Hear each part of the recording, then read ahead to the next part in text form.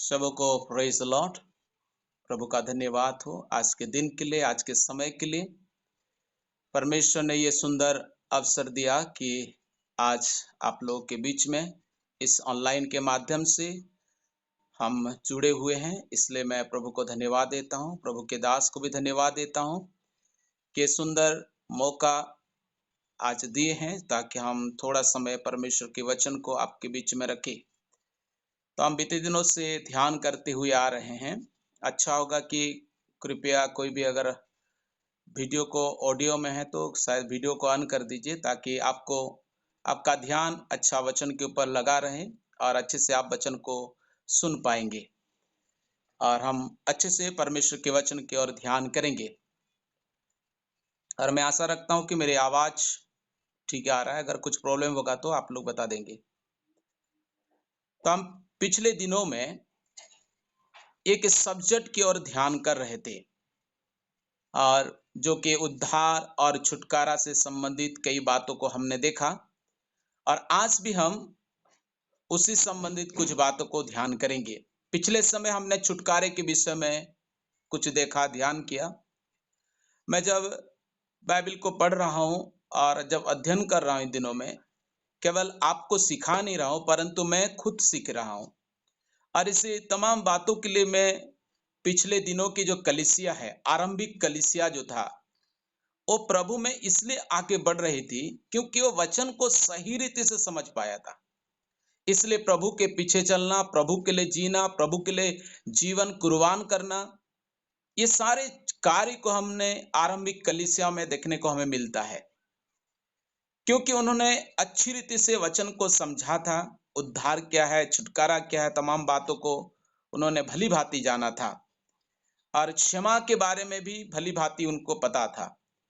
तो आज हम क्षमा, माफी, उसको माफी भी बोलते हैं, क्षमा भी बोलते हैं, इंग्लिश में उसको फॉरगिवनेस कहते हैं।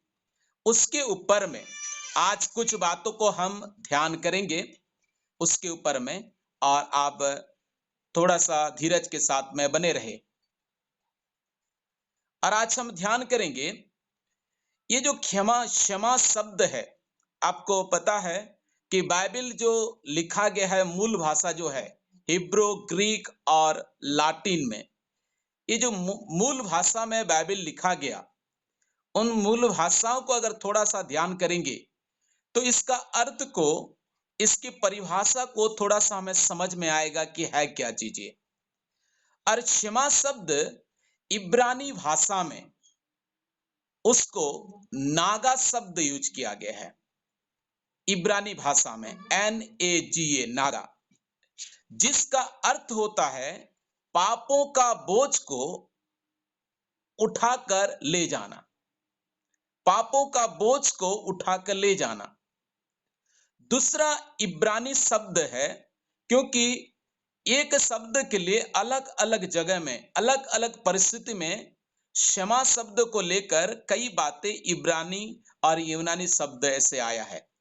और एक इब्रानी शब्द में इसको समझने के लिए कफर शब्द आया है, KAPHAR, कफर, जिसका अर्थ होता है ढकना।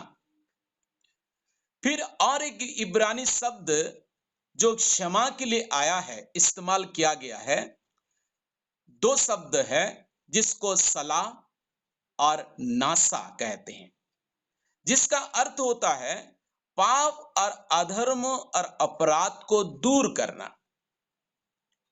तो ये तमाम बातें हिब्रू शब्द में आया है।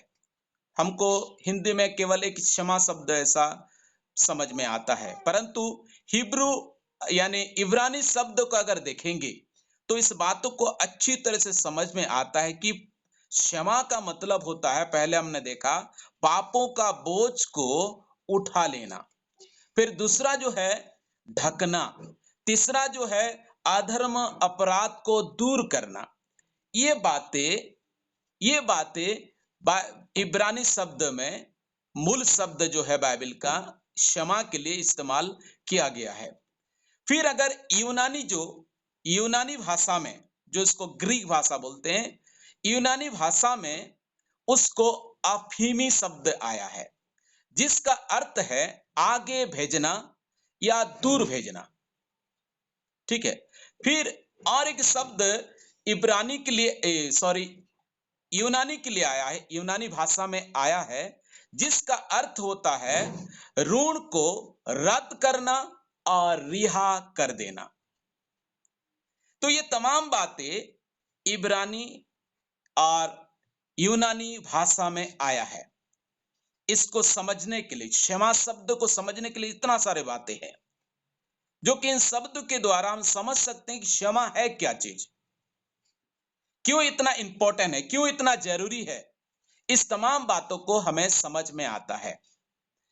और अगर डिक्शनरी को देखेंगे, कई ऐसे डिक्शनरी है, डिक्शनरी में अगर आप सर्च करेंगे तो उसमें जो फॉरगिवनेस शब्द आया है, ये शब्द को अगर डिक्शनरी में सर्च किया जाए तो कर्ज के भुगतान को राहत कर देना, यानी कोई कर्ज लगा है, किसी के ऊपर कर्जा है और उसको भुगतान करना नहीं पड़ेगा, उसके लिए उसको राहत दिलाना, ऐसे शब्द आया है।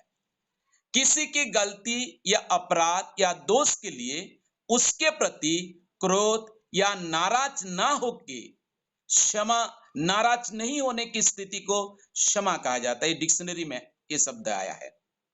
फिर और आगे देखेंगे डिक्शनरी में, किसी गलती या अपराध के लिए दंड ना देकर छोड़ देना, यानी यहां पर क्षमा शब्द आता है। क्षमा करना मतलब कोई व्यक्ति गलत गलती किया है, अपराध किया है, उसको दंड मिलना चाहिए, परंतु दंड ना देकर उसको छोड़ देना। कोई व्यक्ति गलती किया है और दोष है उसके ऊपर, अपराध है उसके ऊपर, परंतु उसके प्रति क्रोध नहीं करके, नाराज नहीं होके उसको उसको छोड़ देना, ये क्षमा शब्द आया है। तो इसके लिए अगर आप पुराने नियम की ओर जाएंगे तो पुराने नियम में जो बलिदान की प्रथा था, पुराने नियम में लोग एक जानवर के सिर पर अपना हाथ रखते थे और अपना पाप को अंगीकार करते थे और उस जानवर को जंगल में भेज दिया जाता था। तो उस समय यह मानना था कि ये जो जानवर था, ये अब उन सारे पापों को लेकर ये चला गया। जैसे हमने इब्रानी शब्द हमने देखा, जिसका नागा शब्द में आया है पापों का बोझ को ऊपर उठाकर ले जाना, यानी ले गया पापों को। तो जानवर के ऊपर अपना हाथ रखते थे, जो भी गलती करता था, जो भी पाप करता था, अधर्म करता था, अपराध करता था, जानवर के ऊपर अपना हाथ रखते थे और उसी जानवर के ऊपर हाथ रखते हुए अपने पाप, अपने गलती को मानते थे और उसको क्या किया जाता था, जंगल में भेज दिया जाता था। और फिर दूसरा पहलू क्या था, फिर उसको क्या करते थे, उसी जानवर के सिर पर ऐसे हाथ रखते थे, अपने पाप को स्वीकार करते हुए उसको फिर बलि किया जाता था। एक को भेज दिया जाता था, दूसरा फिर बलि किया जाता था। ऐसे पुराने नियम में आपको देखने के लिए मिलेगा। तो इस प्रकार की बातें उन दिनों में था और लोग पाप क्षमा का अनुभव अपने जीवन में करते थे कि मेरा पाप क्षमा हो गया, क्योंकि मैं अपना पाप को दूसरे के ऊपर डाल दिया, एक जानवर के ऊपर डाल दिया, वो पाप लेकर वो जानवर चला गया है। तो ये पाप लेकर जानवर चला गया है अपने ऊपर, हमारे जीवन में ये पाप जो हमने किया है और हमें माफी मिल गया है, हमें दंड नहीं मिला, क्योंकि जानवर ने अपने ऊपर ये पाप को ले गया। उसको हमारे चलते उसको बलिदान होना पड़ा। हमारे पाप को लेकर वो जंगल चला गया, हमने हमारे देश से, हमारे जीवन से वो पाप को लेकर चला गया। अब हमारे पास में वो पाप नहीं है, हमें क्षमा मिल गया। तो इस प्रकार का अनुभव उन्हें होता था और ये सालों साल इसी काम को करते थे, परंतु उनको इतना मालूम नहीं था कि ये एक ठो क्या था, ये आने वाले समय में परमेश्वर मनुष्य को किस प्रकार पाप क्षमा करेगा, इसका एक चित्र था, इसका एक छाया था। इनको इस बातों में इतना पता नहीं था। तो अंत के समय में प्रभु ने अपना पुत्र को भेजा, यानी प्रभु यीशु मसीह संसार में आए और इस काम को करने के लिए।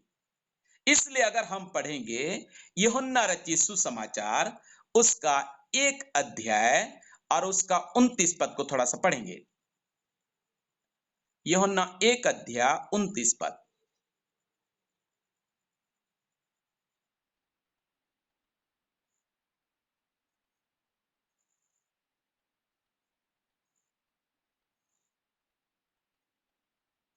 देखो देखो, जैसे पहले हमने देखा पुराने नियम में क्या होता था कि अपना हाथ को उस जानवर के ऊपर अपना हाथ रखते थे और अपने पाप को स्वीकार करते थे, और उनका पाप को लेकर वो जानवर किया जाता था, जंगल में जाता था, उसको छोड़ दिया जाता था जंगल में। वही क्रिया को, वही बातों को प्रभु यीशु मसीह प्रकट रूप में इस बात को क्लियर कर दिए कि वो जगत का पाप को उठा लेंगे। क्षमा का मतलब होता है उठा ले जाना। एक व्यक्ति के जीवन में पाप हुआ है, गलती हुआ है, परंतु उसी पाप को अब उसके ऊपर से उठा लेना। तो प्रभु यीशु मसीह जगत का पापों को अपने ऊपर उठा लिए। ये यीशु मसीह ये काम को किए हैं। फिर अगर मरकुस उसका 2 अध्याय और उसका 10 पद को थोड़ा सा पढ़ेंगे। मरकुस 2 का 10।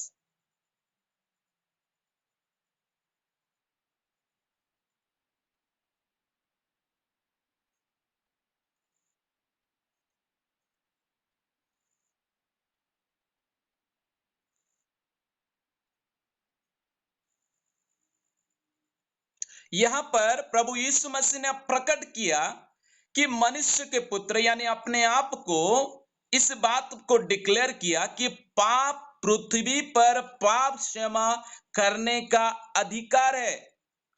ये अधिकार सबको दिया नहीं गया, क्योंकि मनुष्य का पाप को उठाने का काम किसी ने भी नहीं किया।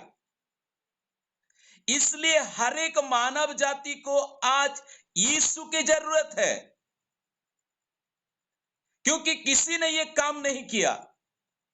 कई लोग बोलते हैं खाली यीशु कर सकते हैं क्या? हाँ, केवल वही कर सकते हैं, क्योंकि किसी ने भी मानव के पाप को अपने ऊपर नहीं उठाया। क्योंकि क्षमा शब्द का मतलब होता है पाप को उठा लेना, पाप का बोझ को उठा लेना। तो ये काम किसी ने भी नहीं किया, केवल एकमात्र प्रभु यीशु मसीह इस काम को किए हैं। इसलिए यहां पर इस बातों को उन्होंने कहा कि यीशु मसीह को पाप क्षमा करने का अधिकार है। केवल वही अधिकारी है। ये अधिकार केवल उनको मिला है। ये अधिकार केवल यीशु मसीह के पास में है और किसी के पास में नहीं है, क्योंकि उन्होंने ये काम को किए हैं। इसलिए कहा कि पाप क्षमा करने का अधिकार है। उनको उस समय लोगों को पता नहीं था इस बातों को, इसलिए यीशु मसीह इस बातों को क्लियर किए कि मुझे पाप क्षमा करने का अधिकार है। और फिर आगे अगर पढ़ेंगे मत्ती रचित सुसमाचार 26 अध्याय उसका 28 पद को। मत्ती 26 अध्याय 28 पद।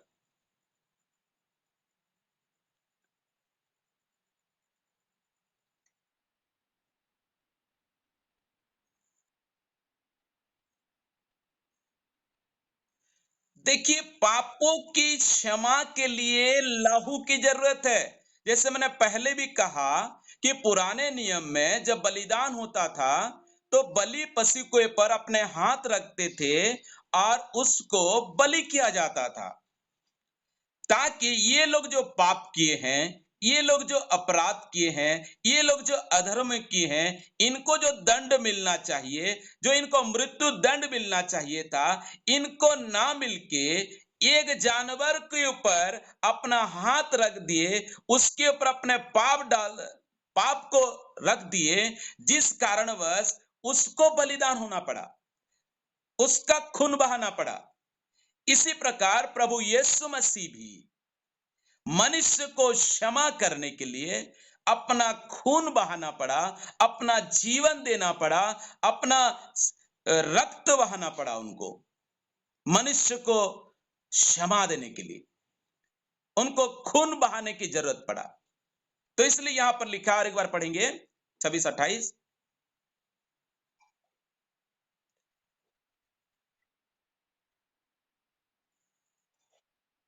मत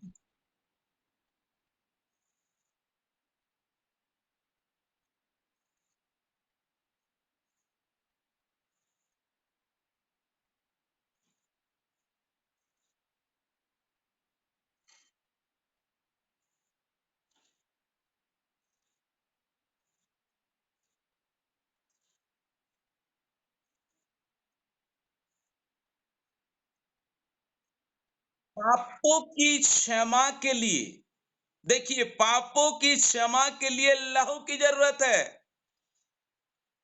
जब तक लहू नहीं बहा जाएगा, तब तक पापों की क्षमा नहीं मिलेगा। इसलिए दूसरे शास्त्र में भी इस बात को आया है, एक श्लोक है, सर्व पाप परिहारो रक्तम प्रोक्षणम वश्यम तद रक्तम परमात्मेना पुण्यदान बलियागम। यानी सर्व पाप परिहारो, यानी सारे पाप को हरने के लिए रक्तम प्रोक्षणम वश्यम, रक्त बहाने की, रक्त छिड़कने की आवश्यकता है। तद रक्तम, वही रक्त, परमात्मे ना, यानी एक परमात्मा, यानी सब आत्माओं का पिता यानी परमेश्वर, परमात्मे ना पुण्य दान बलियागम। अगर एक परमेश्वर जब तक अपना लहू को नहीं बहाएगा, पाप को हर नहीं सकता है, पाप को हर नहीं सकता है और क्षमा नहीं दे सकता है। तो इसलिए उसको क्या करना पड़ेगा? बलिदान होना पड़ेगा। कोई मनुष्य की बलि नहीं, कोई जानवर की बलि नहीं, परंतु एक परमेश्वर अपना बलि खुद देह धारण करके खुद मनुष्य के लिए बलिदान होना पड़ेगा। तो ये किसी ने भी नहीं किया है, केवल प्रभु यीशु मसीह ने इस काम को दुनिया में कर दिखाया है। इसलिए तो प्रेरितों के काम 4 का 12 में लिखा है कि आकाश के नीचे मनुष्य के बीच में और कोई दूसरा नाम नहीं दिया गया जिसके द्वारा हम उद्धार पा सके।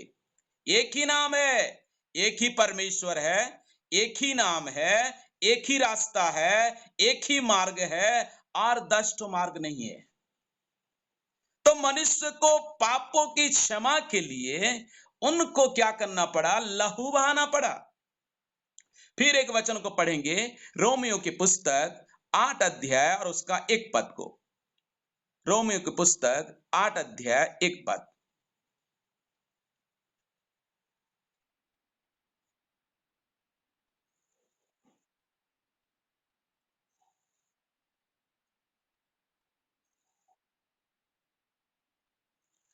देखिए, यहां पर जो मसीह यीशु में है उन पर दंड की आज्ञा नहीं, यानी पाप के चलते, अधर्म के चलते, अपराध के चलते मनुष्य के ऊपर दंड की आज्ञा है। उसको दंड मिलना चाहिए। जब हम भारत में रहते हैं तो हमारा आईपीसी है, इंडियन पेनल कोड, यानी जो दंड की धाराएं हैं, उस दंड की धाराएं जो है उसके, अगर कोई भी नियम को आपने तोड़ा तो उस दंड की धारा के अनुसार आपको पनिशमेंट दिया जाएगा, आपको दंड दिया जाएगा। उसी प्रकार परमेश्वर ने भी जो नियम बनाया है, जो आज्ञा उन्होंने दिया है, उस आज्ञा को तोड़ना, उस आज्ञा को तोड़ने का मतलब होता है पाप। जैसे 1 यूहन्ना 3 का 4 में लिखा है कि जो कोई व्यवस्था को तोड़ता है उस वो क्या है? पाप है। व्यवस्था को तोड़ना ही पाप है। तो इसलिए हर एक मनुष्य नियम को तोड़ा है, परमेश्वर की आज्ञाओं को तोड़ा है, जिस कारणवश उनके जीवन में पाप हुआ है और उस पाप के चलते उसके ऊपर दंड है। तो दंड से बचाने वाला कोई नहीं है। जब तक पाप की क्षमा ना हो जाए, तब तक एक व्यक्ति को दंड से छुटकारा नहीं मिलेगा, उसको दंड भोगना ही है। तो इसलिए हमने डिक्शनरी में भी इस बातों को देखा, किसी गलती या अपराध के लिए दंड ना देकर छोड़ देने की क्रिया को क्षमा कहा जाता है।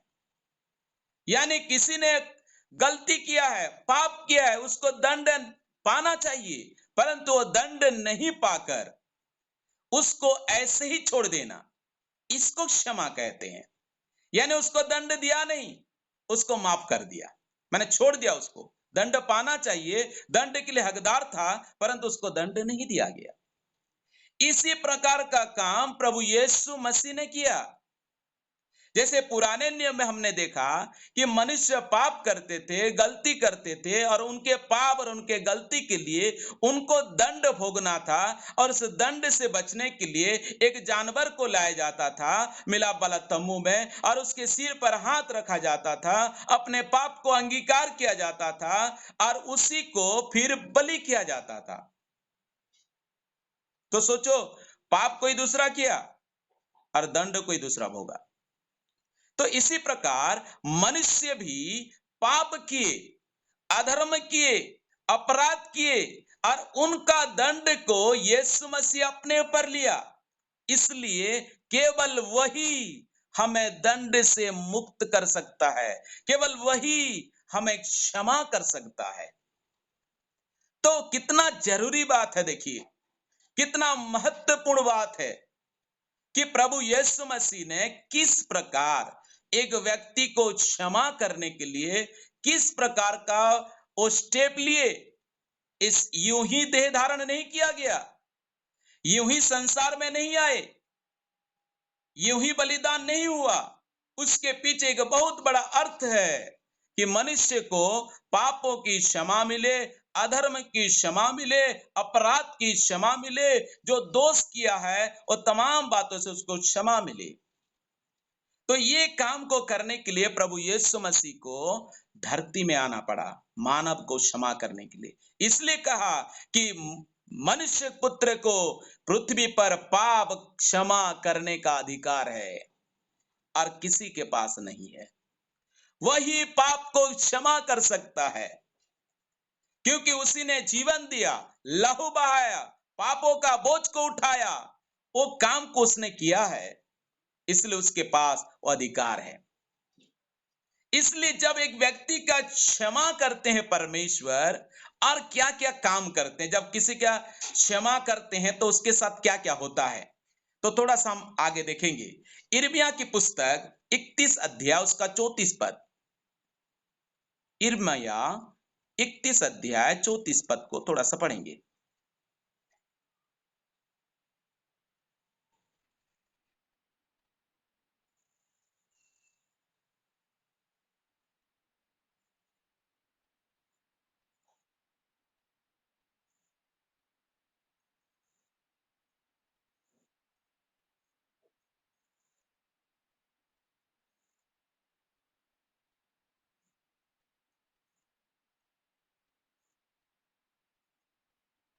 देखो, क्षमा करने का मतलब होता है कि मनुष्य जो पाप किया है, दो पाप को अगर थोड़ा सा अगर मैं बताऊं, पहले से कुछ बातों को हमने देखा है पहले सब्जेक्ट में, कि मनुष्य का जो पाप होता है, पहला एक जन्म पाप, जो कि 51 का 5 में लिखा है, आदम का पाप कहते हैं उसको।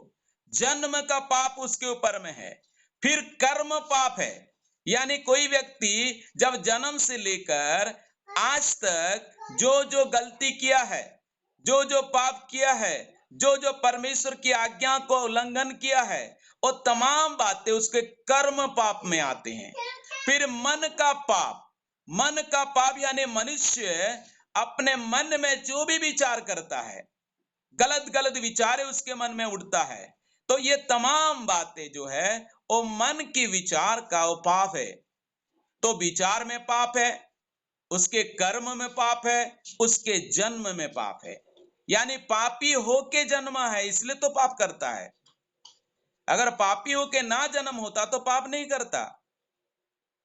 कई बार क्या होता है, मनुष्य कभी कभी बोलते हैं अरे संसार ऐसा है इसलिए हमको क्या करना पड़ता है, गलत दिशा में जाना पड़ता है, पापी संसार है बोलते हैं, कलयुग बोलते हैं। मैं कभी कभी बोलता हूं, भाई आप युग के ऊपर क्यों दोष देते हो? एक तालाब तालाब की गलती है या तालाब को गंदा करने वाला मछली की गलती है? तो तालाब के ऊपर क्यों गलती डालते हैं? यही होता है। मनुष्य युग के ऊपर में दोष डाल दिया, ये युग ऐसा है ना, ये तो सदयुग नहीं है, कलयुग है, इसलिए पाप होता है, अधर्म होता है। नहीं नहीं, ऐसी बात नहीं है। इस बातों को हमें समझना है कि ये जो मनुष्य ही इस पृथ्वी को बिगाड़ करके रख दिया है। वो जन्म से पापी है, माँ के गर्भ से पापी होके जन्म हुआ है। इसलिए उसके जीवन में उसका हरकतें आपको देखने को मिलेगा, माँ के गर्भ से उसका हरकत देखने को मिलता है। माँ के गर्भ में जब बच्चा होता है ना, तो वहीं से लात मारना स्टार्ट कर देता है, यानी उसका हरकत वहीं से दिखने लगता है। पाप का जो प्रकृति है ना, जो स्वभाव है, माँ के गर्भ से ही दिखाई देने लगता है। जब फिर जन्म होता है तब आपको दिखाई देने लगता है। छोटी छोटी बातों में जिद करना, छोटी छोटी बातों में गुस्सा करना, रोना, ये सारा चीज जो है, क्रोध उसके जीवन में बचपन से ही देखने को मिलता है। लोभ उसके जीवन में देखने को मिलता है। कोई सिखाया क्या माँ बाप उसको, बच्चा को, कि बेटा कोई तेरे को मांगे ना मत देना, ऐसा कोई सिखाते हैं माँ बाप? फिर भी क्या करता है, बेटा थोड़ा दे देना चॉकलेट या बिस्कुट, बोलता है नहीं दूंगा। तो ये कहां से आया? कोई उसको सिखाया क्या? ये जन्म से है। इमली के पेड़ में इमली तो फलेगा ना, आम के पेड़ में आम ही फलेगा, दूसरा फल तो नहीं दिखेगा। तो उसी प्रकार मनुष्य जो पाप से पैदा हुआ है ना, इसलिए पापी है वो। इसलिए उसके जीवन में पाप कर्म दिखाई देता है, पाप का स्वभाव दिखाई देता है, पाप का विचार उसके जीवन में दिखाई देता है। तो ये सारे चीजों से उसको क्षमा पाना कितना जरूरी है। तो एक व्यक्ति अगर स्मरण करेगा कि मैं जन्म से लेकर आज तक कितना पाप किया हूं, कितना गलती मेरे से हुआ है, एक एक चीजों का अगर स्मरण करेगा तो कितना बड़ा लिस्ट बन जाएगा। तो ये मनुष्य को परमेश्वर जब क्षमा करता है ना, भूल जाता है। जीवन में जितना भी गलती किया है, जितना भी पाप किया है, और तमाम पापों को, तमाम गलती को, तमाम अपराध को भूल जाता है। यही है क्षमा। जब किसी का क्षमा करता है तो स्मरण नहीं रखता है। भाई आप किसी को क्षमा करते हैं ना, उसका गलती के लिए आप उसे याद रखते हैं, मतलब आप दिल से क्षमा नहीं किए हैं उसको। तो इसी प्रकार परमेश्वर भी ऐसा है कि परमेश्वर जब क्षमा करता है तो स्मरण नहीं रखता है, क्योंकि क्षमा कर दिया है उसको। इसलिए यहां पर लिखा है कि पापों को स्मरण नहीं करूंगा। ये परमेश्वर का वायदा है, प्रॉमिस है। जब किसी मनुष्य को क्षमा कर देता है ना, उसके जितना भी जीवन में पाप हुआ है, गलती हुआ है, जितना भी अपराध हुआ है, उसको फिर स्मरण नहीं करता है। कितना अच्छा परमेश्वर है। क्या ऐसे परमेश्वर को दिल से धन्यवाद देंगे? क्या ऐसे परमेश्वर की स्तुति करेंगे? हालेलुया! तो महान परमेश्वर है, इसलिए खुशी के साथ झूम उठना चाहिए कि इतना अच्छा परमेश्वर हमें मिला है, इतना अच्छा प्रभु हमें मिला है, जो कि हमारे पाप को क्षमा करके स्मरण नहीं करता है, याद नहीं रखता है। उसने हमारे पर डाल नहीं दिया कि तू जैसा कर्म करेगा ऐसा फल भोगेगा, ऐसे छोड़ नहीं दिया। लेकिन उसने हमारे कर्म तो हमने किया, गलती तो हमने किया, परंतु फल को उसको भोगना पड़ा, और उसी ने हमें क्षमा कर दिया। कितना अच्छा परमेश्वर है। मैं इस बातों को जब से जाना ना, मेरा दिल कितना आनंद से भर गया। मैं बोला इतना अच्छा परमेश्वर को काश मैं पहले जाना होता, तो मैं पाप में नहीं जीता। तो कितना खुशी की बात है, इतना अच्छा परमेश्वर हमें मिला है, इतना अच्छा प्रभु हमें मिला है, जो कि हमारे पाप को स्मरण नहीं करता। फिर आगे पढ़ेंगे हम यिर्मयाह की पुस्तक, उसका 50 अध्याय 20 पद, 50 का 20।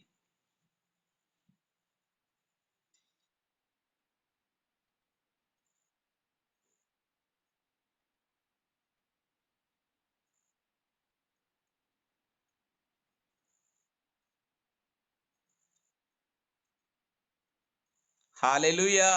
कितना अच्छी बात है कितना गुड न्यूज है मानव जाति के लिए कि वो परमेश्वर जब क्षमा करता है ना, तो ऐसा क्षमा करता है कि वो कहता है कि उसके अधर्म ढूंढने पर भी, और एक बार पढ़ लीजिए अच्छा होगा उसी वचन को, जल्दी।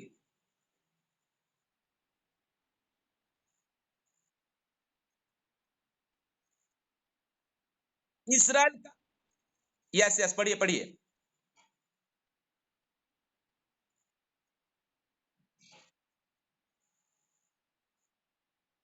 यानी मनुष्य, कोई भी दुष्शक्ति शैतान हमारे जीवन में, एक पापी जब क्षमा पाता है तो दुष्ट शैतान उसके जीवन में गलती ढूंढने पर भी उसको नहीं मिलेगा, क्योंकि परमेश्वर का वादा है उसके अपराध उसके अधर्म को क्या करेगा, इतना दूर कर देगा उसके जीवन से कि दुष्ट ढूंढता रहे परंतु उसको मिलेगा नहीं।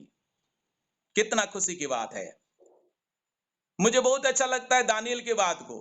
दानियल का दोस्त को ढूंढने लगे परंतु मिला ही नहीं। ढूंढने लगे शत्रु दुश्मन लोग। तो शैतान भी कभी कभी हमारे अंदर गलती को ढूंढता है, पाप को ढूंढता है, लेकिन परमेश्वर जब किसी का क्षमा कर देते हैं, माफ कर देते हैं, तो उसके अंदर उसके जीवन से ऊपर दूर चले जाता है। जो हमने इस बातों को इस बातों को हमने इब्रानी भाषा में, यूनानी भाषा में और डिक्शनरी में इस बातों को हमने देखा कि वो क्या कर देता है, दूर कर देता है। पाप को दूर कर देता है जीवन से, अधर्म को दूर कर देना, पाप को दूर कर देना, अपराध को दूर कर देना उसके जीवन से जो उसने किया है। जो आदम का पाप और उसने जो कर्म पाप किया, उसने जो मन में जो पाप किया, ये तमाम पापों को जब एक व्यक्ति को परमेश्वर क्षमा करता है, दूर कर देता है उसके जीवन से, हटा देता है उसके जीवन से। अरे ढूंढने पर भी मिलेगा नहीं, क्योंकि जिसको मैं बचाऊं उसको, जिसको मैं क्षमा करूं, जिसको मैं बचाऊं, वो परमेश्वर कहता है कि ढूंढने पर भी उसके पाप अधर्म गलती नहीं मिलेगा, क्योंकि ऐसा माफी है।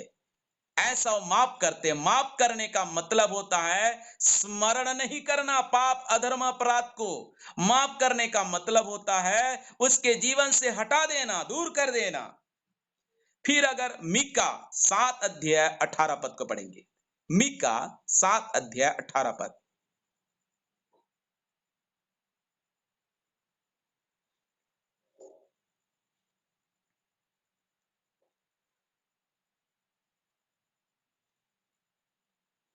जल्दी से पढ़ेंगे।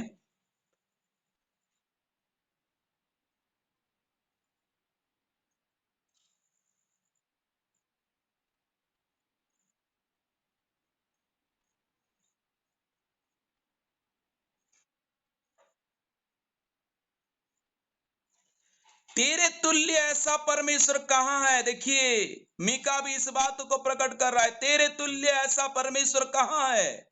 सचमुच उसके तुल्य कोई नहीं है, उसके जैसा कोई ना हुआ था ना कोई होगा। वो एकमात्र ही है, इसलिए उसको एक लौता पुत्र कहा गया है, इसलिए एक ही परमेश्वर कहा गया है, और उसके तुल्य कोई नहीं है। क्योंकि वो क्या करता है, अपराध को ढांप देता है, दिखता नहीं है। जैसे मान लीजिए, आप अगर कोई टेबल है आपका, और उस टेबल के ऊपर में आप क्लॉथ अगर बिछा दिए, कपड़ा अच्छे से कपड़ा डाल दिए, तो टेबल के अंदर क्या आपको कोई देख नहीं सकेगा, दिखेगा नहीं, क्योंकि उसके ऊपर में ढक दिया गया। तो पाप क्षमा मतलब होता है उसको ढांक देना, जो हमने इब्रानी की भाषा में भी इस बातों को देखा कि ढांप देना उसको। तो परमेश्वर क्या करेगा, ढांप देगा। और उसी मीका 7 अध्याय 19 पद को पढ़िए, 19 पद को।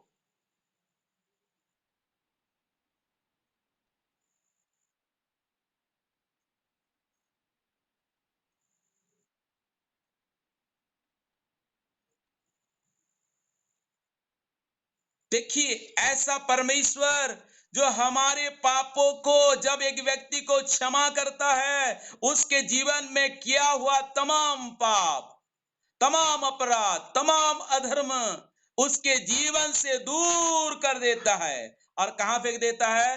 गहरे समुंदर में फेंक देता है। कितना अच्छा परमेश्वर है। इसलिए मीका कहा, तेरे समान ऐसा परमेश्वर कहां है? तेरे तुल्य ऐसा परमेश्वर कहां है? जिसने पाप और अधर्म को, अपराध को समुंदर में फेंक देता है, जिसका क्षमा करता है ना, उसका अधर्म, पाप को क्या कर देता है? गहरे समुंदर में फेंक देता है। उसने जो भी दुनिया में किया है, जो भी गलती किया है, सालों साल का गलती को, सालों साल का अपराध को वो क्या कर देता है? वो समुंदर में फेंक देता है, जब जिसका क्षमा करता है। फिर और एक वचन को पढ़ेंगे, भजन संहिता 103 का 12। भजन संहिता 103 का 12।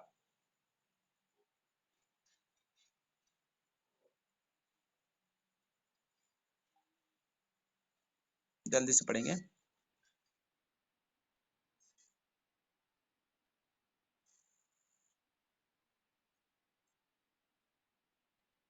देखिए परमेश्वर का कैसा काम, कैसा चमत्कार कि वो क्या करता है? उदय चल से लेकर अस्ताचल तक जो डिस्टेंस है, जो दूरी है, कितना दूरी हम नहीं जानते। उदय चल से अस्ताचल तक जितना दूरी है, हमारे अपराधों को उतना ही दूर कर देता है। यानी हमारे जीवन में जो हमने अपराध किया है ना, वो तमाम अपराध को, तमाम पापों को हमारे जीवन से उतना दूर कर देता है, किसी का जब क्षमा करता है। तो क्षमा कितना महत्वपूर्ण है। देखिए क्षमा जब किसी का करता है तो परमेश्वर किस प्रकार काम करता है एक व्यक्ति के जीवन में। तो उसका क्या कर देता है? दूर कर देता है उसके पापों को, अपराधों को, जो हमने डिक्शनरी में और इब्रानी यूनानी भाषा में इन तमाम बातों को देखा कि दूर कर देना जीवन से। फिर और एक वचन को पढ़ेंगे, यशायाह की पुस्तक 43 अध्याय 25 पद। थोड़ा सा बने रहे और ज्यादा नहीं, 10 मिनट थोड़ा सा बने रहेंगे। यशायाह की पुस्तक 43 अध्याय उसका 25 पद।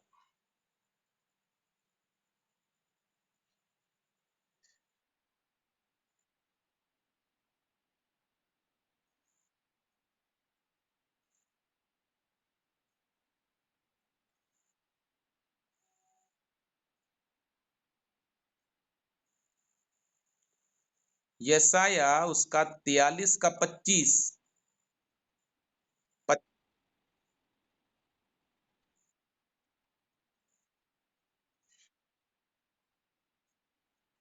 देखो परमेश्वर क्या करता है? मिटा देता है अपराध जितने भी आपने किए जीवन में। एक पापी अपने जीवन में जितना भी अपराध किया है, अपराध को मिटा देता है। जब किसी का क्षमा करता है ना, उसको मिटा देता है, उसके अपराध को। ऐसा परमेश्वर है कि अपराध को मिटा देता है। और उसी यशायाह की पुस्तक 38 अध्याय 17 पद को पढ़ेंगे।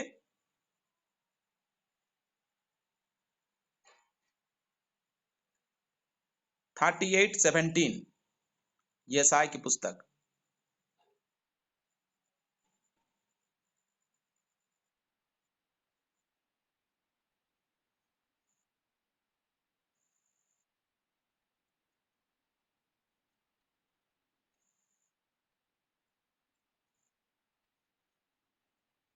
देखो परमेश्वर कैसा प्यार करने वाला परमेश्वर है कि उसने हमारे पापों को पीठ के पीछे फेंक दिया है, पीछे कर दिया। जो उसके नजर में था, जो उसकी दृष्टि में था, जब भी वो देखता था कि हमें पापी की तरह दिखाई देते थे। भजन संहिता 14 में लिखा है, घर में पढ़ लेंगे, कि वहां पर लिखा है कि परमेश्वर स्वर्ग में से मनुष्य के ऊपर दृष्टि किया कि देखे कोई बुद्धिमान है कि नहीं, कोई परमेश्वर को ढूंढने वाला है कि नहीं। अंत में लिखा है सब के सब भटक गए, कोई सुकर्म करने वाला नहीं, कोई धर्मी नहीं। ऐसी में परमेश्वर जो हमारे पाप, हमारे अपराध को देखता था स्वर्ग में से, उसके नजर में, उसके सामने हमारे पाप बना रहता था। तो जब वो पापी परमेश्वर के पास जाता है और परमेश्वर जब उसे क्षमा कर देते हैं तो उसका पाप को उसके सामने से, उसके जीवन से हटाकर परमेश्वर पीठ के पीछे फेंक देते हैं, अपना पीछे फेंक देते हैं। जब जिसका क्षमा करते हैं परमेश्वर इतना बड़ा काम जीवन में प्रकट करते हैं। कितना अच्छा परमेश्वर है, कितना दया करने वाला परमेश्वर है, कितना कृपा करने वाला परमेश्वर है। इसलिए तो यूहन्ना ने कहा, पहला यूहन्ना 3:1 में, कि देखो पिता ने हमसे कैसा प्रेम किया। इतना प्रेम को अगर एक एक बातों का आप देखेंगे, परमेश्वर का प्यार झलक रहा है। इतना काम किया है, इसलिए तो पौलुस उस प्यार के लिए, उसके लिए जीवन देने के लिए तैयार हो गए। चेले लोग जीवन देने के लिए तैयार हो गए, क्योंकि उनको मालूम चला कि उनका पाप को उन्होंने क्या किया, पीठ के पीछे फेंक दिया। ऐसा परमेश्वर है। तो इसलिए दाऊद इस बातों को भली भांति जानने के चलते दाऊद ने क्या कहा, पढ़िए भजन संहिता 32 का 1 और 2 को पढ़ेंगे। भजन संहिता 32 का 1 और 2।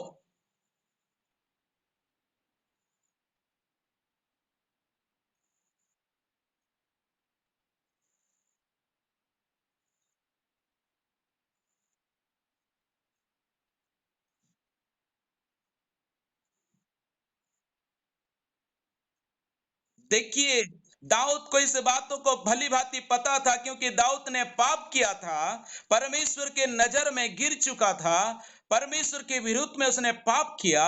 इसलिए जब परमेश्वर से क्षमा पाया तो दाऊद इस बातों को प्रकट किया और कहा, क्या ही धन्य है वह पुरुष जिसका पाप क्षमा किया गया। तो देखो, क्षमा किया गया, ढांपा गया, ये शब्द का इस्तेमाल किया है वहां पर। तो पाप क्षमा करने वालों को दाऊद धन्य कहता है।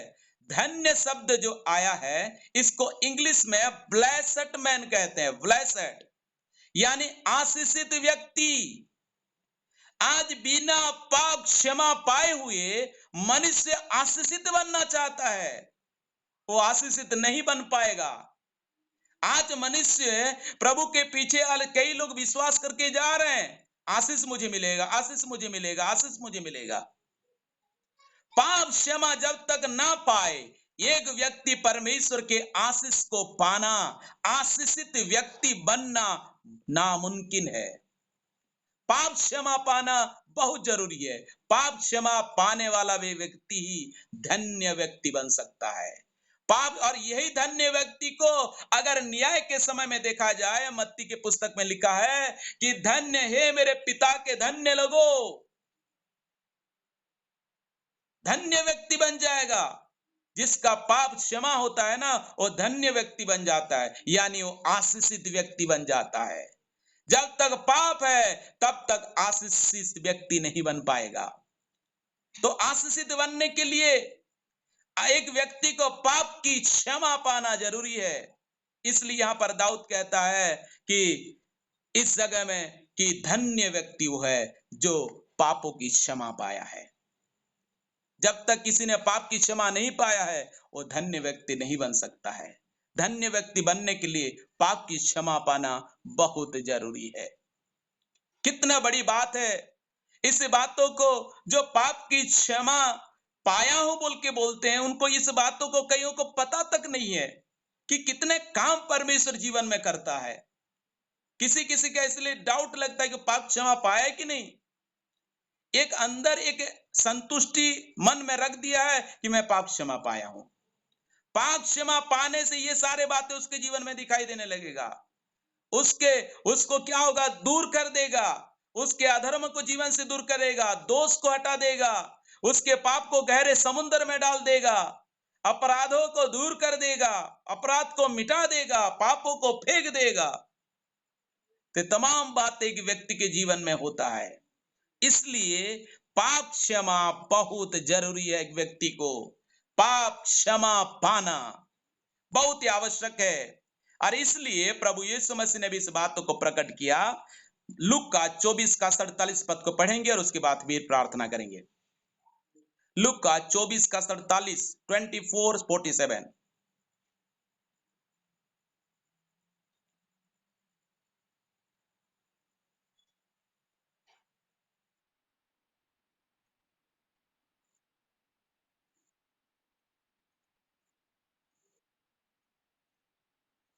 देखो यहां पर क्या लिखा है? पापों की क्षमा का प्रचार। आज तो इस प्रचार बहुत कम ही होता है। बाकी जगह में क्या क्या प्रचार होने लगता है।